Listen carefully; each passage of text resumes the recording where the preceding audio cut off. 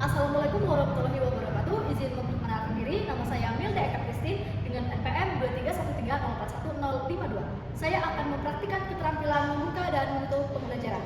Selamat menyaksikan.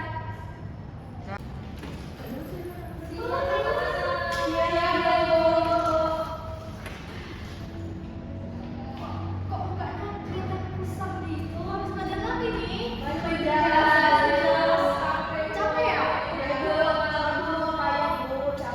Kayang, bisa kayang?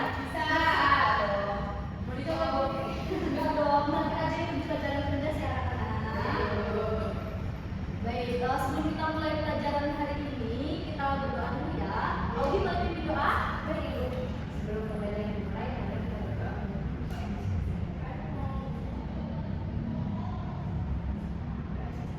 Terima kasih Audi. Hari ini siapa yang tidak masuk ya? Raihan. Raihan nih. Raihan? Iya. Raihan sepertinya sakit ibu. Sakit ya? Kemarin saya lihat di jatuh ibu.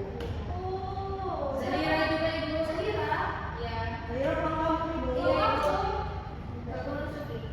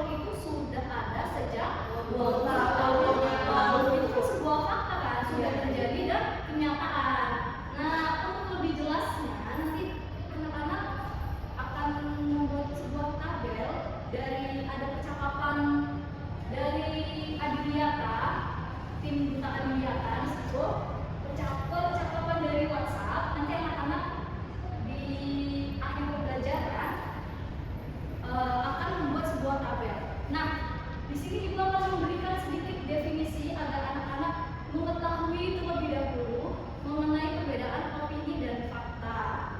Jadi fakta itu merupakan hal atau keadaan yang merupakan kenyataan. Jadi sifatnya sebuah fakta. Jadi sifatnya adalah kenyataan dan tidak ada opininya. Tidak ada opininya, benar. Kalau opini adalah pendapat pribadi. Nah, coba tadi dibuka yang bagian anti ulangan tuh. Coba anti ulangan. Nah, coba Nora, apa anti ulangan di situ mengunggah apa? Anti ulangan untuk mengunggah aku juga, tapi menyenangkan juga menonton penampilan orang lain sampai tampil. Kau pasti bisa. Nah, itu merupakan apa? Opini. Karena ada pendapat pribadi. Ciri-cirinya itu adalah aku, ya, sebagai pribadi.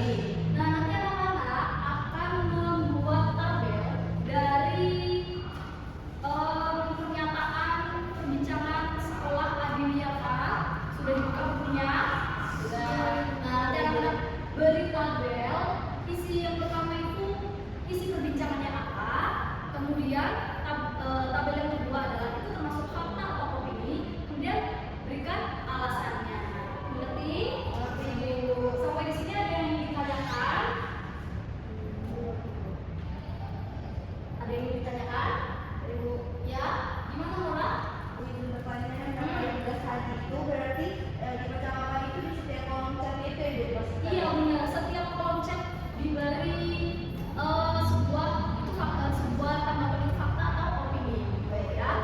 Dikerjakannya individu ya, nanti dikumpulkan ke ibu di minggu yang akan datang, oke? Baik. Ada yang bertanya lagi? Cukup. Oke. Kira-kira anak-anak ada yang bisa menyimpulkan atau tidak pelajaran hari ini yang didapat apa?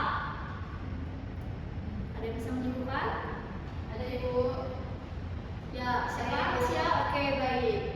Jadi hari ini itu kita udah belajar tentang fakta dan opini. Kalau fakta itu pernyataan yang benar-benar terjadi. Kalau opini itu pendapat kita pribadi masing-masing. Benar banget. Kasih tepuk tangan buat Asia. Nah, gunanya kita bisa mengetahui fakta dan opini itu apa sih? Gunanya ya.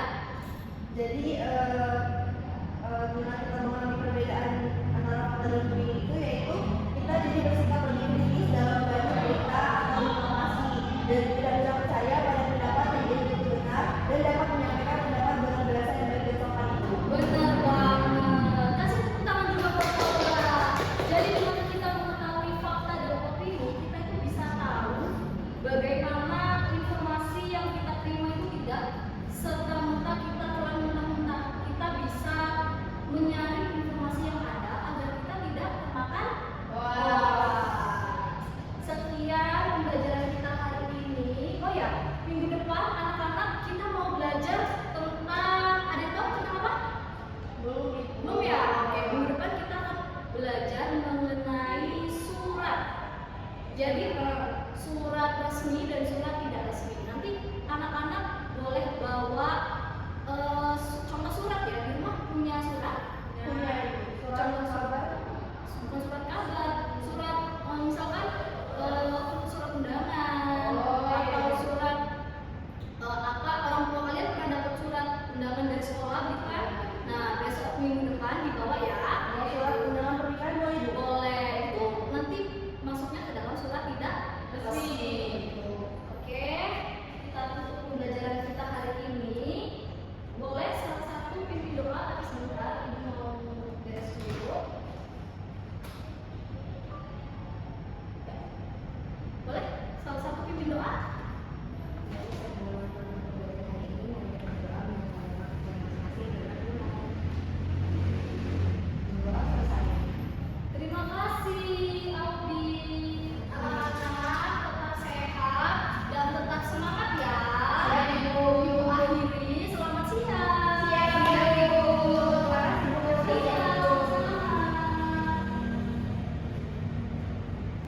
Assalamualaikum warahmatullahi wabarakatuh.